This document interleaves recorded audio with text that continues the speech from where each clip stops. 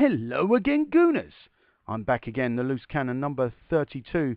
We don't have a squad number in the Arsenal squad to match that number 32, and I'll warn you in advance, we won't have one till we get to number 39, unless, of course, we sign new players. Some news on that coming your way very shortly indeed. And I also want to say hello to the Europhiles out there. I know there are more and more of those.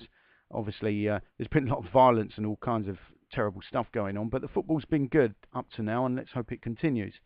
First of all, though, let's talk Arsenal, and FootyLatest.com have got an interesting story about Robin van Persie being up for sale, and they are contending that we don't even have any chance of keeping him, and we've given up trying. Of course, the story is completely unsubstantiated. It's bad news as well, so it's had a lot of criticism on the internet. And what's interesting is there's no mention of Pavel Nedved's conversation with Robin van Persie. I haven't found that in many places. I think Arsblog said something about it, and I'll be interested to know what went on there. But just because he has a conversation with someone in football, you shouldn't put 2 and 2 together and make 259. I mean, if you're going to come up with a silly number, make sure it's 2 even numbers make another even number. That's normal maths, right?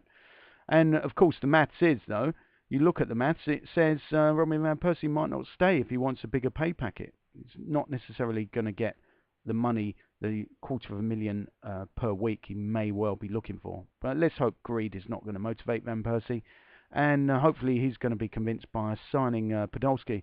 Podolski's been getting a bit of stick, so moving on to the Euros for a moment. Podolski's been getting some stick from the BBC, and I think it's completely unwarranted. Podolski's been a solid player for Germany, obviously playing in a successful team. He's not getting substituted, so his manager must be happy with what's going on, and I think he's playing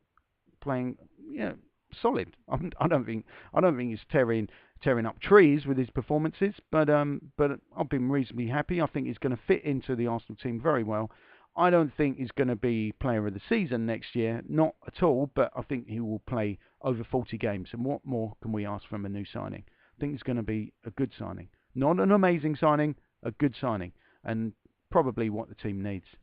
Meanwhile, talking of the BBC, as I was a moment ago, they claim Olivier Giroud will sign for us this week, and he's going to play in a 3-man attack, which will include Podolski and Robin van Persie. Well, while this is good news, it is totally unsubstantiated, and woe betide anyone that does that kind of thing, because I won't let it go without giving them a red card. So a red card to the BBC for that story, because Giroud is unlikely to sign while the Euro 2012 tournament is continuing. The signature of the Frenchman will not take place until after France's involvement is concluded. We don't know how long that's going to be, but certainly not by the end of this week. Meanwhile, Ivan Gazidis has promised us exciting news. We are waiting for it, Mr. Gazidis. I think we might have a bit of a wait, but I'm expecting some good news anyway from the club. Hopefully by the end of the Euros, and certainly if France gets knocked out, I won't be that surprised if we do in fact hear that Giroud is signing on the dotted line for Arsenal. That would be great news indeed. Meanwhile, Arshavin's stats are great reading. He's created 5 goal-scoring chances in the last game. Of course, one was converted in the draw that Russia got with Poland. He set up the goal, Arshavin, from a free kick. Jaguev, who's also been linked with a move to Arsenal, not saying I believe it at all, but he scored a goal with his head. And Poland managed to get a draw, and well, Chesney could be back in the team for the next match. Let's hope so. The other game on that day was the Czech Republic taking on Greece, and Rosicky got crocked. Kel Sapri, Arsene Wenger should be saying to himself, because no surprises there. When Rosicky gets crocked, he could be out for a long while. I do like Gebre Selassie for the Czech Republic. I'd love to see us sign him. Can't see it happening. He's 25, and obviously he's not been on our radar, so as far as we know. So if that's the case, perhaps who knows? Perhaps if he continues to play well in this tournament, and the Czechs continue to stay involved, who knows? Perhaps he will get signed, but probably not by us, knowing our luck. Nicholas Bentner, 2 goals today for Denmark, but unfortunately they came out losers against Portugal, 3-2. And well, I'm disappointed about that. That Denmark couldn't hang on for a draw, because I predicted a draw. I would have won some money. I won money on Poland, Russia, won money on the Czech Republic, but Denmark couldn't hold on to the 2-2. after Bentner got them back in the game. But anyway, commiserations to them. Commiserations to Holland too. They could be leaving the tournament early, even though Robin van Persie finally got his shooting boots on and scored a sensational goal, which got to be good news. Couldn't put money on the price tag. So all the players that could be up for sale are playing well. Arshavin, Bentner, Robin van Persie. I hope Robin's not for sale, but yeah, if you believe those stories, and clearly I don't, but even though I don't believe the story's going around, I don't believe the story that he's going to stay either. I think it's all up for grabs at the moment.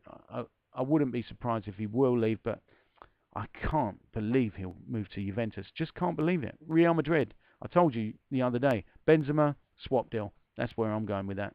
But meanwhile, of course, the Germans are showing all their flair and skill. And Podolski with a solid performance. You've got to have some workers in the team, and he works hard, and he doesn't tend to put a foot wrong. So I don't see why the BBC are on his case.